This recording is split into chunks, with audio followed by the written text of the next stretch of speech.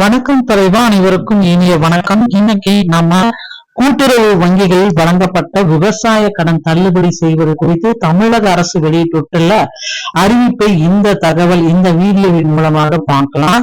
So already 50,000 வரை கடன் தள்ளுபடி மட்டுமே தள்ளுபடி அறிவிக்கப்பட்ட நிலையில் மீண்டும் மாற்றம் செஞ்சிருக்காங்க. 75,000 வரை ரூபாய் வரை உயர்த்தப்பட்டிருக்கிறது குறிப்பிடத்தக்க ஒரு விஷயம்.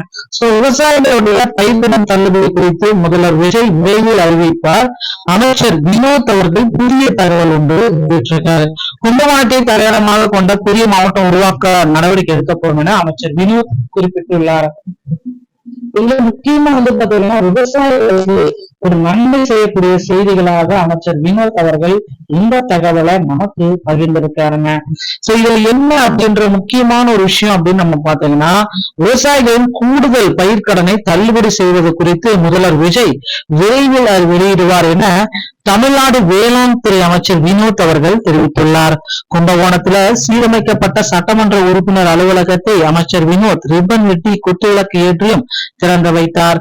அதைத் தொடர்ந்து அவருக்கு திருக்கோயில் சார்பில் அர்ச்சகர்கள் பிரசாதங்கள் அளித்து ஆசி வழங்கினர். தொடர்ந்து சட்டமன்ற உறுப்பினர் அலுவலகத்தில் செய்தியாளர்களை சந்தித்த அமைச்சர் வினோத் கும்பகோணம் மாநகரின் நீண்டகால கோரிக்கையான கும்பகோணத்தை தலைநகரமாக கொண்ட புதிய மாவட்டம் உருவாக்க நடவடிக்கை எடுக்கப்படும். எல்லா பருவநிலை மாற்றங்களால் ஏற்படும் பாதிப்பிலிருந்து விவசாயிகளை காக்க அந்த நேரத்தில் சாகுபடி செய்ய உகந்த பயிர்கள் தற்போது ஆய்வு மேற்கொண்டு அதை நாங்க செய்வோம் அப்படின்ற குறிப்பிட்டிருக்காருங்க. மேலும் வேளாண் கல்லூரி வர வேண்டும் என்ற கோரிக்கை இருந்தபோது அது குறித்து முக்கிய தகவல்கள் வெளியிட பரிசீலனை செய்யப்பட்டு வருகிறது அதை குறிப்பிட்டார். அதே போல பாதுகாக்கப்பட்ட காவிரி டெல்டாவில் வேளாண் வளர்ச்சிக்கு தேவையான அனைத்து விதமான நடவடிக்கைகளும் இதுல எடுக்கப்படும் அப்படின்னு சொல்லிருக்காங்க. குறிப்பா வேளாண் சார்ந்த தொழிற்கூடங்கள் அனைத்துமே இங்கு அமைக்கப்படும் அப்படின்றதையும் அமைச்சர் வினோத் அவர்கள் குறிப்பிட்டு சொல்லிட்டாரு. சோ அதுல மிக மிக முக்கியமானது பாத்தீங்கன்னா, தாவேக ஆட்சி பொறுப்பேற்ற பின்பு பயிர் கடன் 75,000 மட்டுமே கடன் தள்ளுபடி செய்துள்ளது. ஆனால் தேர்தலுக்கு முன்பு வாக்குறுதி அளித்த தாவேக அரசு 100% தள்ளுபடி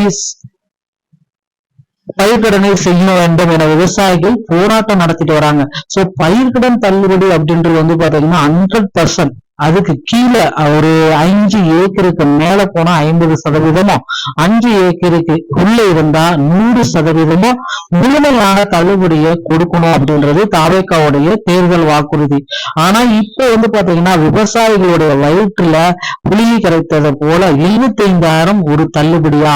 சோ ஒரு விவசாயியும் 2 லட்சத்துக்கு மேல கடன் வைத்துள்ளார். இது மகாராஷ்டிராவில இந்த தள்ளுபடி 36,000 கோடிக்கு தள்ளுபடி பண்ணிருக்காங்க.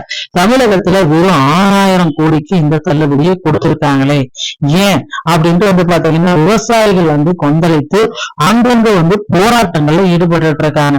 சோ விவசாயிகளுடைய போராட்டத்திற்கு ஒரு முக்கியமான தீர்ப்பு இன்னும் விரைவில் முதல்வர் விஜய் அவர்கள் வழங்க இருக்காங்க.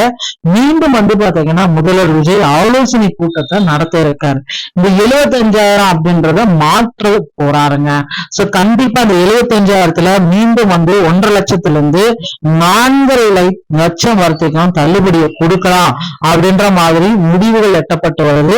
நிச்சயமாக இந்த ஜூன் மாதம் இறுதி இல்லைன்னா ஜூலை முதல் வாரத்துல இதற்கான அப்டேட் நமக்கு கிடைக்குங்க.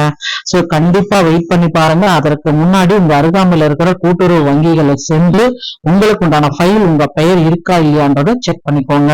வீடியோ பார்த்து மிக்க நன்றி. மீண்டும் ஒரு நல்ல தகவலோட நான் உங்களை சந்திக்கிறேன். நன்றி, வணக்கம்.